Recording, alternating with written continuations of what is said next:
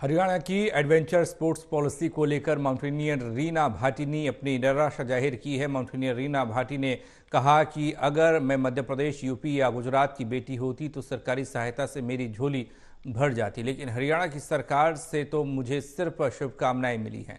हिसार में पर्वतारोही रीना भाटी से खास बातचीत की total news associate editor doctor Mahesh Kumar ने आपको दिखा रहे हैं। हरियाणा की एडवेंचर स्पोर्ट्स पॉलिसी अब सवालों के घेरे में है।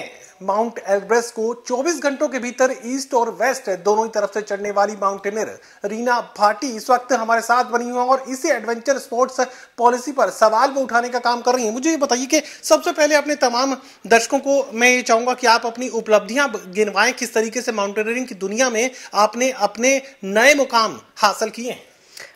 15 अगस्त को लास्ट ईयर जब हर घर तिरंगा चला था तो माउंट एल्ब्रस को ईस्ट और वेस्ट करने वाली मैं भारत की पहली महिला हूं जिसने 24 घंटे के अंदर दोनों पीक को क्लाइम किया। और उससे पहले 17 आवर्स में लद्दाख के अंदर 6000 की 2 पीक क्लाइम कर चुकी हूं। और अभी रिसेंटली में अगर मैं बात करूं तो एवरेस्ट से ज़्यादा टेक्निकल पीक की अमम डावला है और वो मैंने अभी क्लाइम किया है। तो ऑल ओवर अगर इंडिया की बात करें तो सिर्फ 3 लड़कियों ने क्लाइम किया है, जिसमें से तीसरी मैं हूं और हरियाणा की पहली लड़की हूं। चलिए, मुझे उपलब्धियों का जिक्र आपकी तरफ से कर दिया गया है। अब सरकार की तरफ से, हरियाणा की मनोहर सरकार की तरफ से किस तरह के सहायता आपको दी गई है, किस तरह के जो अवार्ड्स हैं वो आपके नाम किए गए हैं, हरियाणा की सरकार से कितना सहयोग माउंटेनियरिंग के खिलाड़ियों को इस वक्त एडवेंचर स्पोर्ट्स के नाम पर मिल पा रहा है? अगर सरकार की बात करूं तो सरकार ने एडवेंचर स्पोर्ट्स में एक पॉलिसी बनाई गई है जिसकी मेरे को तो वो कहीं भी एग्जिस्टेबल नहीं लगता है, क्योंकि जो पॉलिसी बनाई गई उसमें वर्ल्ड वाइड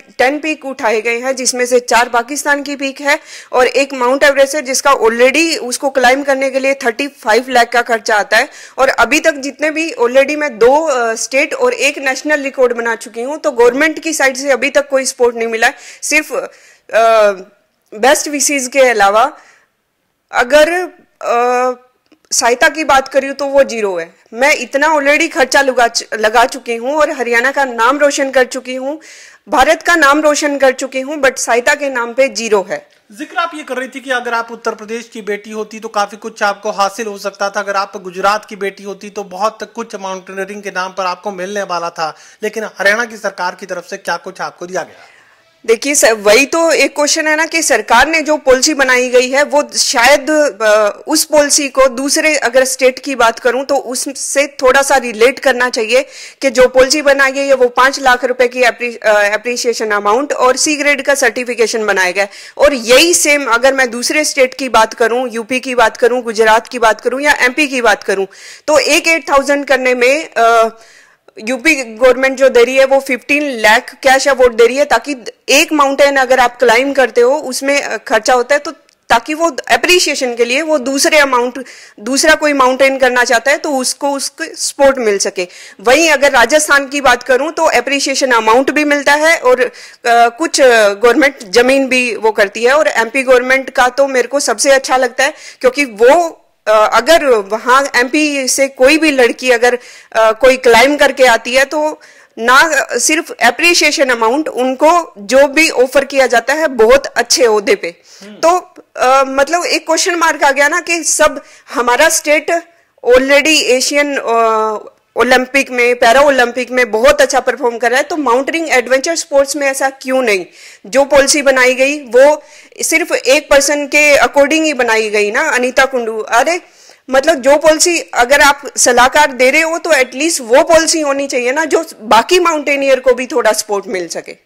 तो आप क्या चाहते हैं कि पॉलिसी में तब्दीली कर दी जाए ताकि तमाम जो माउंटेनियरिंग से जुड़े खिलाड़ी हैं, जो स्पोर्ट्स एडवेंचर स्पोर्ट्स की दुनिया में आगे आना चाहते हैं, उन्हें आर्थिक सहायता मिल सके, उन्हें किसी तरह की सरकारी नौकरी की जो व्यवस्था है वो दी जा सके? मेरा सिर्फ इतना सा मोटो है कि पॉलिसी जो भी बनाई गई है वो उस पर रीचेक होना चाहिए। और जो पाकिस्तान की पीक है जो हम क्लाइम नहीं कर सकते हैं, और जो एवरेस्ट को चाइना की साइड से कंसीडर किया गया है, तो ओबियसली भारत और चाइना की साइड से काफी टाइम से इशू चल रहे हैं, तो परमिट इशू नहीं होता है, तो उसको कैसे कंसीडर किया जाए? तो ओबियसली उस पर एक रीचेक होना चाहिए और पॉलिसी में चेंज करना चाहिए, ताकि मेरे जैसे बहुत सारे ऐसे बच्चे हैं जो माउंटेनियरिंग में आना चाहते हैं, उनको हेल्प मिल सके। चलिए, माउंटेनियरिंग की दुनिया में काफी ज्यादा चुनौतियां हैं और सरकार से सहायता ना मिल पाने की वजह से यहाँ नाराजगी जाहिर की जा रही है तमाम इन खिलाड़ियों की तरफ से और इस एडवेंचर स्पोर्ट्स पॉलिसी को एक बार फिर से नए सिरे से तैयार करने की जरूरत सरकार के सामने खड़ी है। सहयोगी कमल के साथ doctor Mahesh Kumar, total news, Hisar.